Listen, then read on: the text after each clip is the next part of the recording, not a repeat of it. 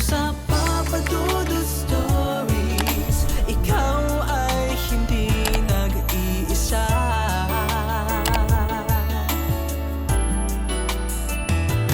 Dito sa Papa Dudut Stories, may nagmamahal sa'yo. Papa Dudut Stories, Papa Dudut Papa Dudut. Sa lahat po ng mga nakatutok ngayon, huwag pong kalimutan mag-like, mag-share at mag-subscribe. Maraming salamat po sa inyong lahat.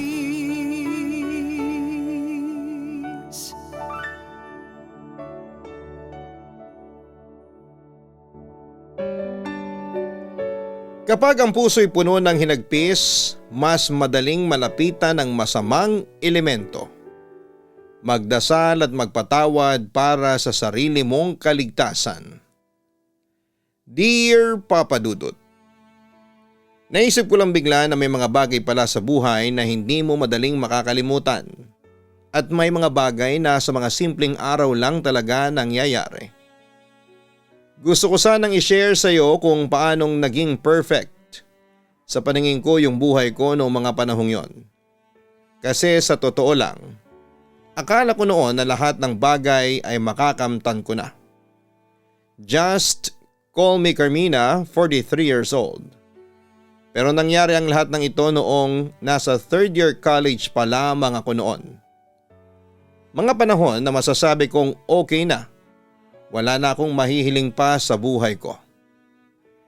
Isang dahilan kung bakit ko nasabi yon ay dahil sa pamilya ko.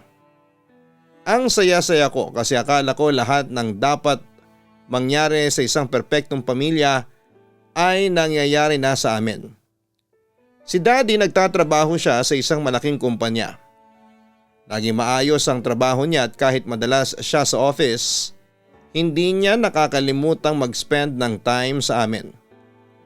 Si Mami naman ay sobrang sipag, siya yung tipong hindi nahihirapan sa lahat ng mga gawain sa bahay. Kahit pagod siya. Si Kuya Kaloy naman, grabe yung alaga niya sa akin. Kahit na medyo matanda siya sa akin ay parang hindi siya tumitigil na alagaan ako. Sa kanya ko natutunan kung paano magluto ng mga paborito ko at kung paano maging maligaya. Kahit sa simpleng bagay lang. Sabi ko nga para kung nasa isang pelikula yung perfect family na matatawag ko. Pero syempre hindi naman pwedeng walang konting asaran sa pamilya, hindi ba? Lalo na kay Kuya Kaloy. Sa tuwing magsasama kami sa dinner o kaya kapag kumakain kami sa mga restaurant ay hindi pwedeng walang joke or asaran. At that time ay medyo nagsisimula na akong magka-interes kay Densyo, yung isa kong classmate sa college. Hindi ko naman kayang sabihin sa pamilya ko yon kasi crush lang naman yon. Pero si Kuya Kaloy alam na alam niyang may iba na akong iniisip. Nung isang gabi habang dinner kami sa paborito naming restaurant ay tinanong niya ako, Carmina, nagpapaligaw ka na ba kay Densyo? Siyempre ako ay medyo nahiya at saka magkaibigan lang kami. Sabi ko pa ay hindi magkaibigan lang kami ni Densyo. Tumawa lamang si Kuya Kaloy. Siyempre para medyo tapusin yung asar na yon, tinanong ko siya. Ikaw may girlfriend ka na ba? Girlfriend mo na ba si Ate Kim? Tapos ay nag-deny siya. Uy hindi magkaibigan lang kami. Parang laro na lang sa bahay namin ang mga asaran na yon. Pero sa kabila ng lahat ng yon ay masaya na rin ako. Dahil sa simpleng mga pagkakataon na yon ay parang ramdam na ramdam ko yung pagiging buo ng pamilya namin. Sunday talaga ang pinakapaborito kong araw, Papa Dudut. Kasi yon yung araw na walang trabaho. Walang school, walang pressure. Family day namin at minsan ay manonood kami ng sine, magsha-shopping at pagkatapos syempre magdi-dinner sa mga paborito naming fancy restaurants. Hindi naman namin kailangan ng okasyon para mag-celebrate. Basta magkasama kami. Tapos kahit na anong gawin namin ang saya lang. Wala kang iisipin, walang mag-aalala, puro kasiyahan lang ang nararamdaman namin. Kaya naman yon ang pinakahihintay ko tuwing linggo. Pero alam mo, may mga pagkakataon din na hindi ko kayang ipakita sa kanila yung nararamdaman ko kay Densyo. Naisip ko kasi na baka masira yung relationship namin bilang magkapatid. Kasi si Kuya Kaloy, very protective siya sa akin. Hindi ko alam kung anong magiging reaksyon niya kung malaman niyang may nararamdaman ako kay Densyo. Baka magbago ang lahat. Baka masaktan lang siya. Kaya ayon, kahit na may nararamdaman akong kakaiba ay pinipili ko na lamang na itago. Hindi ko kayang aminin kahit na gusto ko na rin siyang minsan. Papadudot, kahit bata pa lamang ako noon ay ramdam na ramdam ko kung paano kami pinapahalagahan ni Daddy. Kahit na sobrang busy siya sa trabaho ay hindi siya pwedeng mawala sa mga special occasions sa school namin. Alam ko na maraming times na si Daddy lamang ang hindi makakadalo sa mga school events kasi nga may mga importanteng meetings or appointments siya. Pero tuwing may major events, andyan talaga siya. Lalo na nung mga panahon na may mga subject o activity na tinutukan ako. Or minsan sa mga sports fest namin sa school. Palagi siyang nandyan, nakasuporta at kahit napagod siya. Andyan siya para makita akong mag-perform or kahit simpleng magpasa ng project. Iba kasi yung feeling kapag yung tatay mo talaga ay hindi nawawala sa mga special moments mo. Hindi ba? Hindi ko na kailangan pang magtampo o magalit kasi alam kong ginagawa ni Daddy ang lahat para sa pamilya namin. Sabi ko nga nung bata ako ay marami nagsasabi sa akin na perfect daw ang pamilya namin. Siguro nga kung titingnan mo lang sa labas ay parang ganon. Si Daddy ay sobrang successful sa trabaho, si Mami naman ay sobrang masipag sa bahay.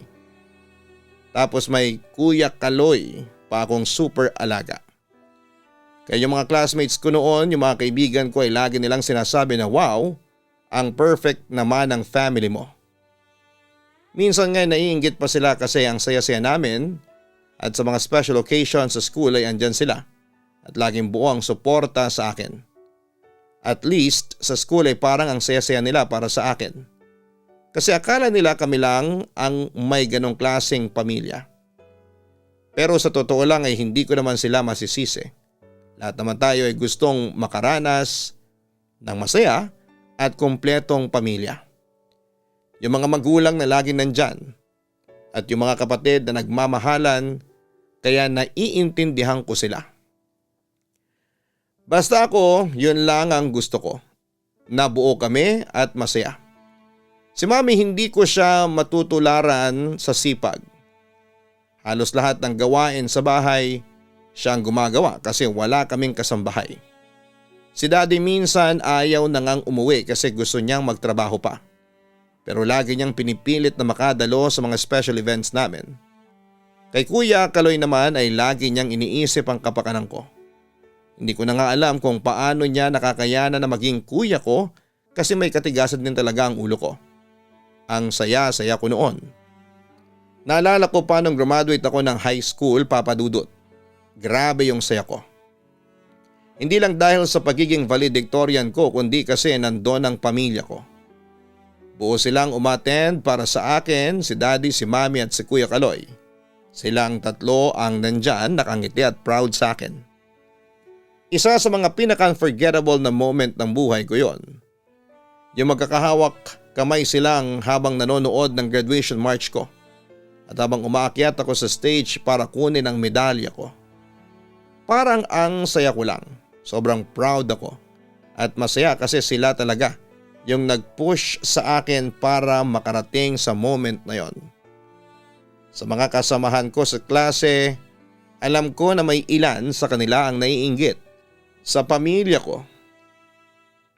Marami kasi sa kanila ang hindi nakadalo yung mga magulang nila sa mga ganong klase ng events.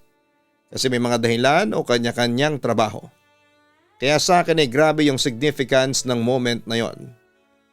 Hindi ko talaga yon makakalimutan.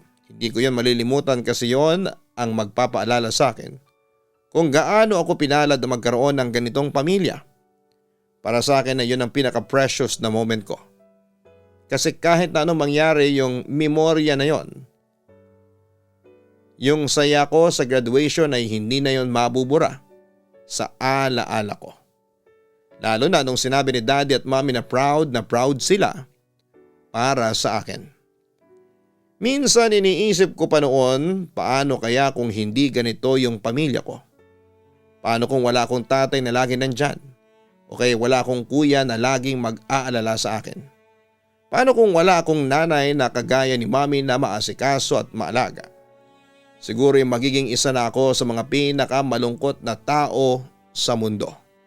Hanggang isang Sunday ng umaga, ibang naging pakiramdam ko. Habang nakatayo ako sa may kwarto ko at napasilip ako sa bintana kung saan ay tanaw ang garahe, ay nakita ko si Daddy nakausap ang isang babae. At may kasamang batang babae, siguro mga 7 taon lang yung babae. Hindi ko alam kung anong nangyayari pero parang may hindi tama.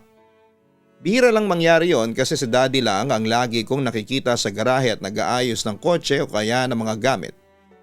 Naalala ko parang tahimik ng paligid, tapos yung nanay at batang babae na kausap ni Daddy nakita ko na naglalakad paalis at parang nagmamadali. At yung pinagtataka ko, nakita ko si Daddy na parang itinulak sila palayo. Hindi ko pa rin mawari kung ano ang nangyayari pero parang may kaguluhan na nangyayari noon sa garahe.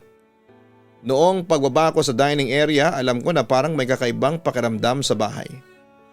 Hindi ko maipaliwanag pero parang nawala ng sigla ang lahat. Ang tahimik, Papa Dudut.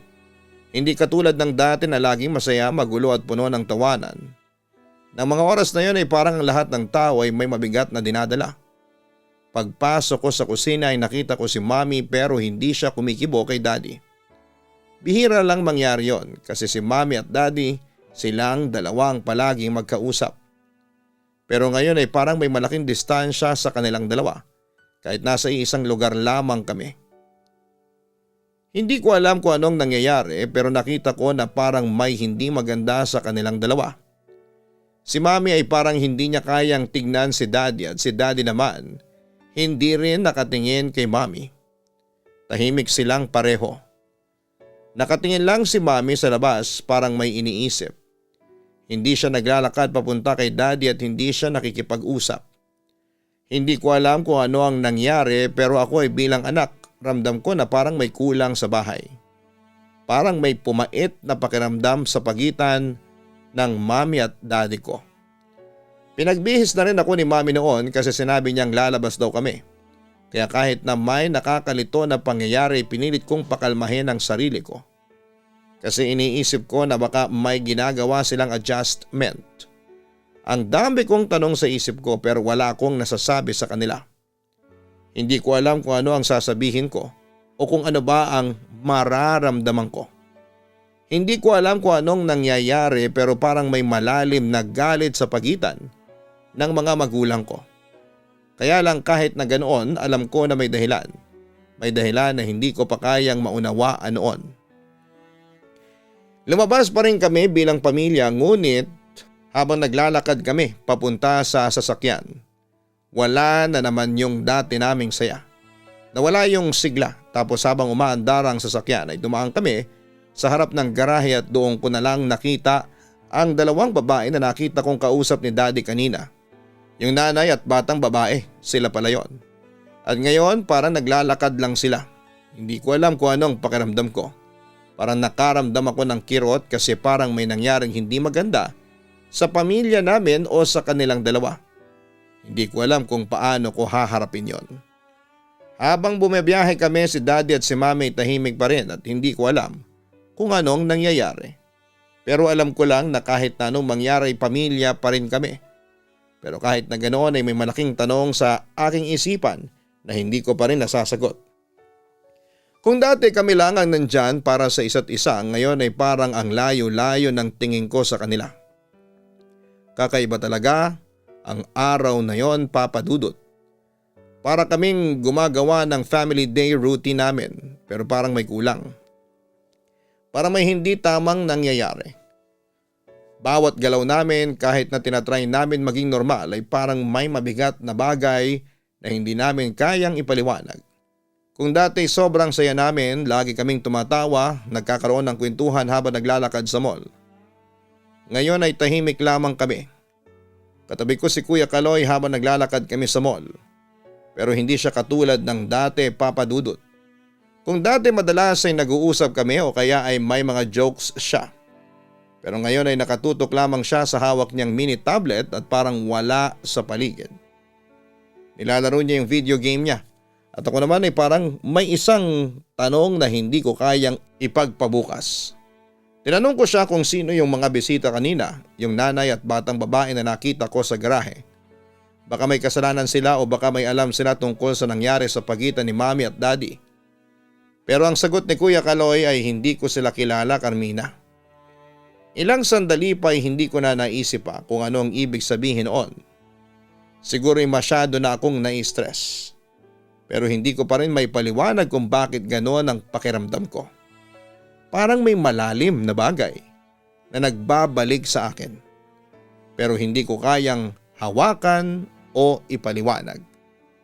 Nang pauwi na kami, ang tahimik talaga ng lahat. Si Kuya Kaloy nakatulog na sa backseat ng kotse. Pati si Mami siya rin nakaupo lang sa tabi niya. Tahimik na nakasandal sa bintana. Ako naman, Papa Dudut, nasa passenger seat tapos si Daddy ang nagdadrive. Lahat kami tahimik, parang may lamig sa hangin. Hindi ko alam kung anong nangyayari pero ang tahimik talaga ng buong sasakyan. Walang nagsasalita at parang hindi na kami yung pamilya na parang may kwento sa bawat araw. Habang binabaybay namin ang daan pa uwi, ako ay hindi ko kayang magtanong pa. Siguro kasi ayaw kong madagdagan pa yung bigat ng pakiramdam ko noon. Tapos ay bigla na lang may nakita akong batang babae sa kalsada. Sobrang bilis ng pangyayari at hindi ko kaagad napansin na malapit na pala siya sa amin. Nagulat ako kasi bigla na lang yung batang babae tumakbo sa harapan ng kotse at bago ko pa man naisip kung ano ang gagawin ay tumama na siya sa harapan ng kotse namin. Papa Dudut, nakita ko siya, duguan pa ang mukha niyang tumama sa nabasag na salamin ng kotse. Tumilapon pa siya sa bubong ng kotse. Tapos parang nawala ng kontrol si Daddy sa manibela. Hindi ko na alam kung anong nangyayari ng mga oras na yon, siguro dahil sa pagkabigla. O hindi ko alam, basta ang sakit ng puso ko nang makita ko yung batang babae. Ang lahat ng nangyari parang slow motion noong umpisa pero at the same time ay parang ang bilis. Hindi ko na alam kung ano ang una kong naramdaman. Nawalan kami ng kontrol sa kotse at lahat ng nangyari parang wala ng buhay. At pagkatapos noon ay natapos ang lahat sa pagdilim ng paningin ko. Nagising ako sa kakulangan ng liwanag pero hindi ko alam kung anong nangyari. Parang ang bigat ng katawan ko. Pero hindi ko na kayang magsalita pa, tanging ang katahimikan sa loob ng sasakyan ang narinig ko. Hindi ko alam kung ano ang mga nangyari kina Daddy, Mami at kay Kuya Kaloy. Hindi ko alam kung buhay pa kami o kung may nangyaring mas malala pa. Sa mga oras na yon ay tangang takot at pagkabigla ang naramdaman ko. Hanggang sa bumigat ng muli ang talukap ng mga mata ko. Naulila ako, Papa Dudut. Hindi ko talaga kayang ipaliwanag kung gaano kasakit ang nangyari sa amin. Parang isang iglap lang ay nawala silang lahat sa akin, ng mami ko, daddy ko at si Kuya Kaloy. Lahat sila. Bigla na lang akong iniwan sa mundong ito. Yung bigla ang pagkawala nila ay parang tinanggal ang mga pwedeng maging happy memories ko pa noon. Wala na akong pamilya, Papa Dudut, at sobrang sakit noon. Hindi ko talaga kayang mag-isa sa bahay kaya si Tita Lucia na lamang ang sumama sa akin. Bawat araw ay sinusubukan ko magpatuloy pero sobrang hirap. Palagi ko silang naiisip, yung mga simpleng moments namin, yung mga Sunday ng family day, yung mga dinner na masaya. Parang nawala ng kulay ang mundo ko. Hindi ko alam kung paano ko gagawin yung mga bagay na lagi naming ginagawa. Ang sakit pa na makita ang bahay na tahimik na at hindi ko kayang umalis at hindi ko kayang tingnan yung mga bagay na naiwan nila. Minsan tuwing mag-isa lamang ako sa kwarto ay umiiyak ako, Papa Dudut. Parang sa mga ganong oras ko lang nararamdaman yung sakit na hindi ko kayang punan. ng kahit sino. Isang gabi habang umiiyak ako ay naramdaman ko na parang may iba pang tao sa kwarto ko. Hindi ko na alam kung nag-i-imagine lamang ako pero may parang tunog na narinig akong mga hakbang. Tumayo ako. Tinanong ko yung sarili ko kung baka si Tita Lucia lang o baka may narinig lang akong ibang bagay. Pero nang lumingon ako, may nakita akong parang batang babae sa sulok ng kwarto ko. Umiiyak siya at sobrang weird kasi hindi ko siya kilala at kung paano siya nakapasok sa loob ng kwarto ko. At ang nakakagulat pa, Papadudot, yung batang yon ay parang may dugo sa katawan. Ang buhok niya ay parang nakatago sa mukha niya. Kaya hindi ko makita ng buo tapos noong tiningnan ko siya. Nang mas mabuti ay nakita ko na may basag siya sa ulo. Parang may sugat na hindi ko kayang titigan kasi halos lumabas na ang utak niya na parang spaghetti ang itsura. Sobrang takot na takot ako, Papadudot. Para kong na-freeze sa pwesto ko at hindi ko kayang gumalaw.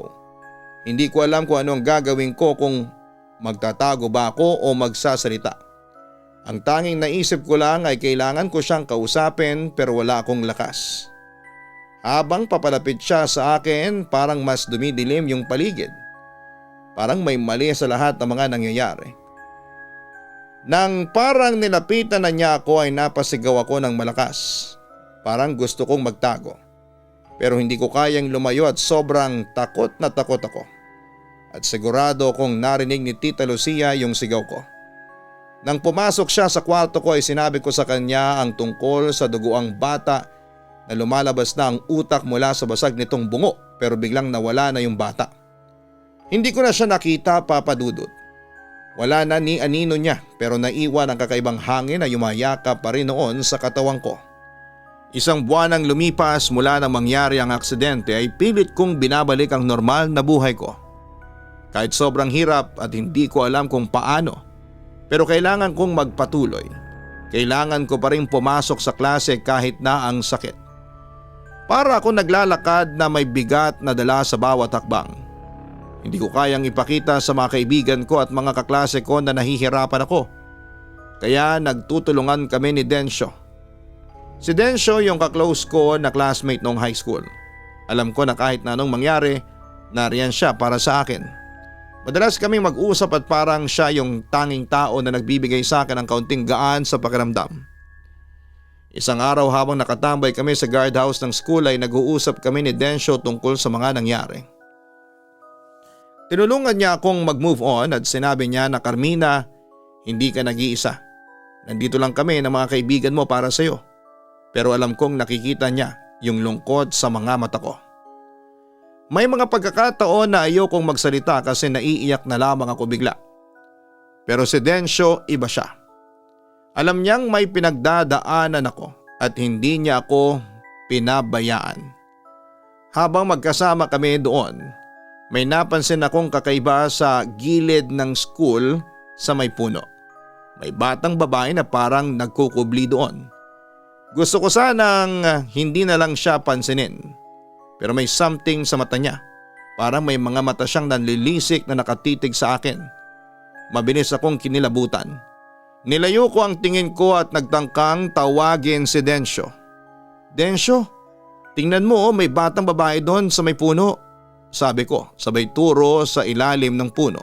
Nilingon siya ni Densyo.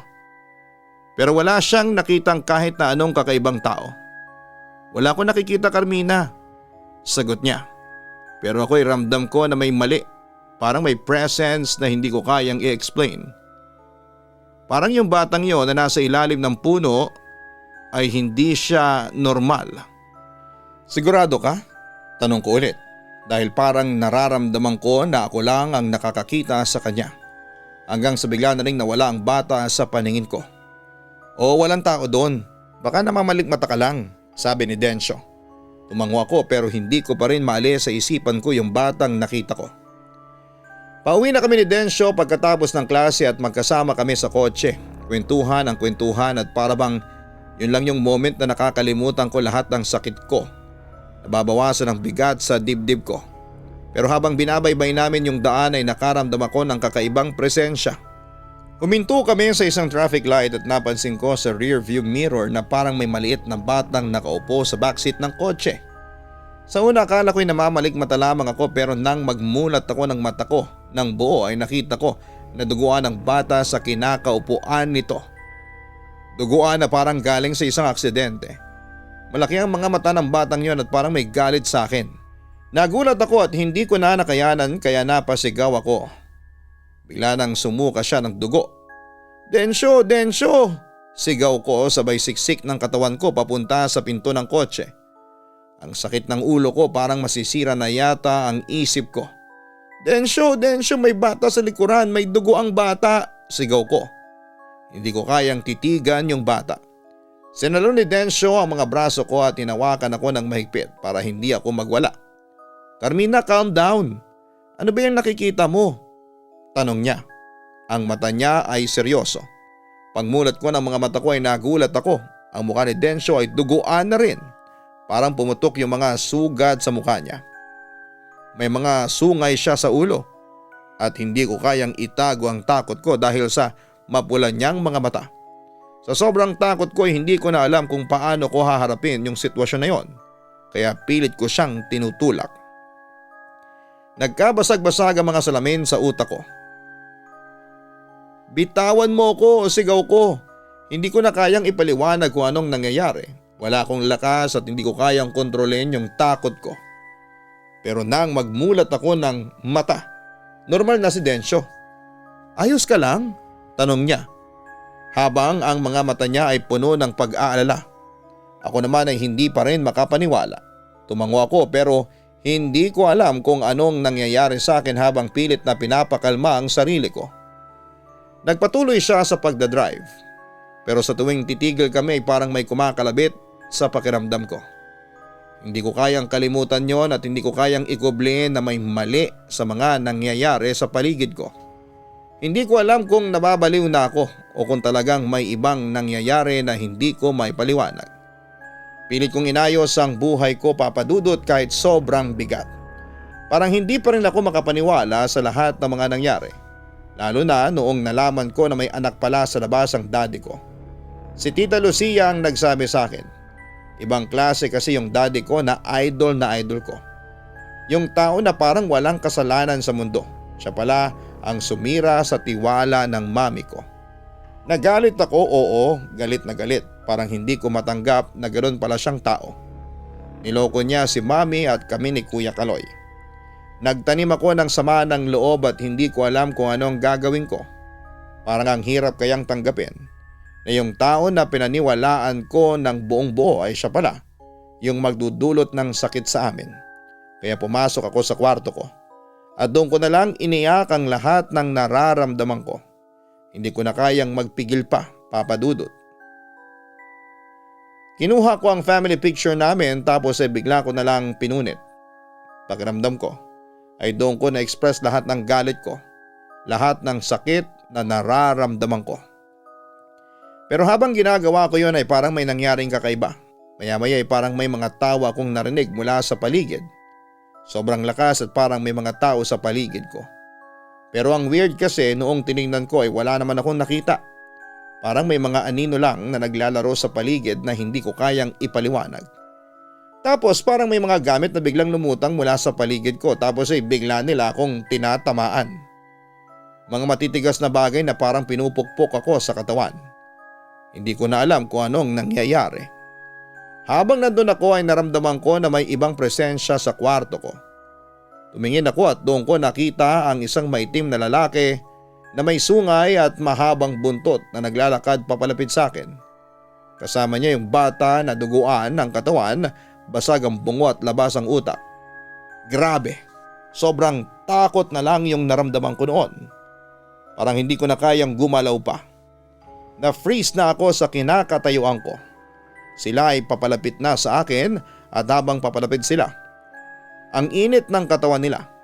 Amoy na amoy ko ang masangsang na amoy ng asupre at ang sobrang hindi magandang amoy na parang hindi ko kayang lunukin. Yung bata kahit duguan, parang may ngiti pa rin sa mga labi niya. Pero sobrang nakakakilabot ang itsura niya. at sabay-sabay silang umabot sa leeg ko. Tapos yung bata ay parang humawak din sa magkabilang braso ko hanggang sa pakiramdam ko. Nawawala na ako ng hangin. Ang bigat, ang hirap huminga. Grabe, parang hindi ko na kayang mag-survive. May isang moment na pakiramdam ko ay baka doon na magtatapos ang lahat sa buhay ko. Na parang mamamatay na lamang ako sa takot at hindi ko kayang kontrolin kung anong nangyayari sa katawan ko. Hindi ko alam kung totoo lahat ng mga nangyayaring yon o kung panaginip ko lang. Pero hindi ko na kayang kalimutan lahat ng mga detalye, sobrang vivid pa sa isipan ko hanggang sa mga oras na ito. Papadudot wala na akong maalala sa mga sumunod na nangyari. Parang isang malaking blur lang at hindi ko alam kung anong nangyari sa pagitan ng mga oras na yon. Ang alam ko lang lahat ng kwento ay galing kay Tita Lucia. Ang sabi niya nakita raw niya ako sa loob ng kwarto at kinakain ko daw yung mga punit-punit na family picture namin. Sobrang nag-alala siya at hindi na raw siya makapaniwala sa mga nakita niya. Nagpatawag siya ng doktor pero wala raw talagang nakagamot sa akin. Sabi pa nga nila ay sinasaktan ko raw lahat ng taong humahawak sa akin. Yung ibang tao ay hindi ko na matandaan kung sino pero sabi nila, pati mga kaibigan ko ay iniwasan na ako dahil natatakot sila. Hanggang sa nagsalita daw ako ng mga Latin na hindi ko naman alam dahil hindi ko pinag-aralan ang salita na yon at parang may ibang katawan sa loob ko. Nagbago rin daw ang mukha ko pati na yung boses ko ay parang nanggaling na sa ilalim ng lupa. Para akong ibang tao. Tapos nagsusuka raw ako ng kulay berdeng likido. Tapos may lumalabas na mga insekto sa bibig at mga sugat ko sa katawan. Hindi ko na alam kung paano nangyari yon pero parang imposible. Nang dumating na ang punto na parang wala nang magawa ay nagpatawag na sila ng albularyo at kasunod ang pare. Grabe raw ang iyak ko papadudot tuwing dadasalan ako tapos ay binabasbasan ako ng holy water. Sobrang sakit daw ng katawan ko at lalo lang akong nagsusuka ng dugo. Lahat sila lalo na si Tita Lucia ay sobrang natakot at nag-alala. Akala nila ay hindi na ako mabubuhay o makakaligtas pa. Parang natapos na ang lahat. Hindi nila alam kung ano ang gagawin dahil parang wala nang pag-asa pa na gumaling ako. Pero hindi sumuko si Dencio kahit siya mismo ay wala siyang alam sa nangyayari. Palagi siya nagdadasal kasama si Tita Lucia, pati na rin yung mga malalapit na kaibigan ko. Hindi nila ako iniwanan. Paulit-ulit nilang tinatawag ang pangalan ko at para bang gusto nilang bumalik ako sa sarili ko. Tuwing tinatawag nila ako ay naririnig ko sila mula sa dilim, mula sa isang lugar na parang wala ako sa mundo. Hindi ko makita kung saan nanggagaling yung mga boses nila, pero ramdam ko na may naghahanap sa akin. Parang may puwang na kailangan kong punan hanggang sa nakita ko yung liwanag na hindi ko alam kung saan papunta. Sobrang nakakagulat kasi parang may lakas na nag-udyok sa akin para magpatuloy na maglakad. Hindi ko alam kung paano pero nakaramdam ako ng pag-asa. Parang may puwersang humihila sa akin pabalik. Papadudot, halos 2 linggo raw akong paulit-ulit na dinasalan ng mga pare ni Tita Lucia pati na rin ang mga kaibigan ko at mga kamag-anak na malapit sa akin. Lahat sila ay hindi tumigil. Hindi nila ako iniwanan. Hanggang sa isang araw ay bigla na lang parang may nangyaring kislap o himala sa katawan ko. Bumalik ako, binalik ko yung sarili ko.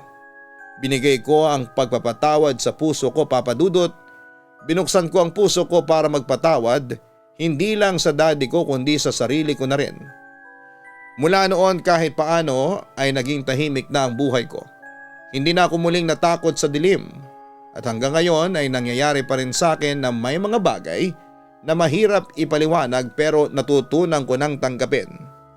Ang dasal at paniniwala sa Diyos ang palaging pinakamalakas na proteksyon ko sa lahat.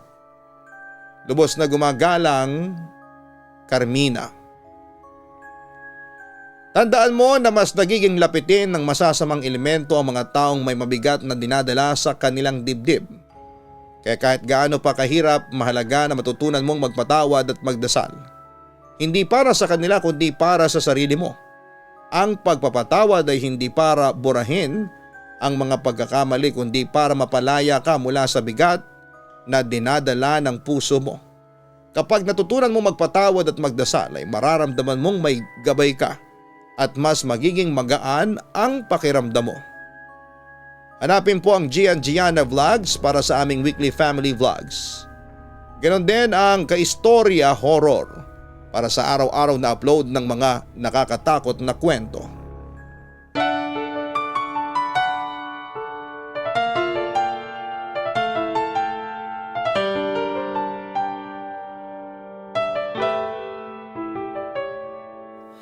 Ang buhay ay mahiwaga, laging may lungkot at saya. Sa Papa Dudut Stories, laging may karamay ka.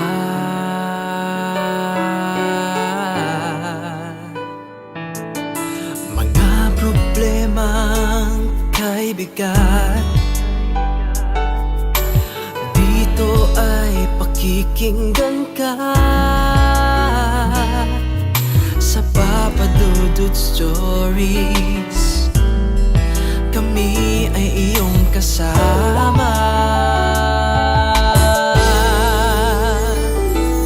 Dito sa Papa Dudut Stories, ikaw ay hindi nag-iisa.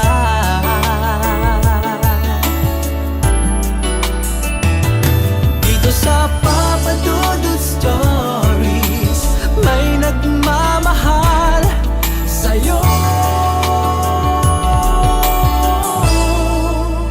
Papa Dudut Stories, Papa Dudut Stories, Papa Dudut Stories.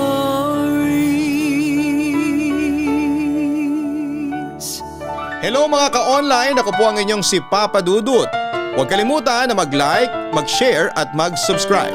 Pindutin ang notification bell para mas maraming video ang mapanood ninyo.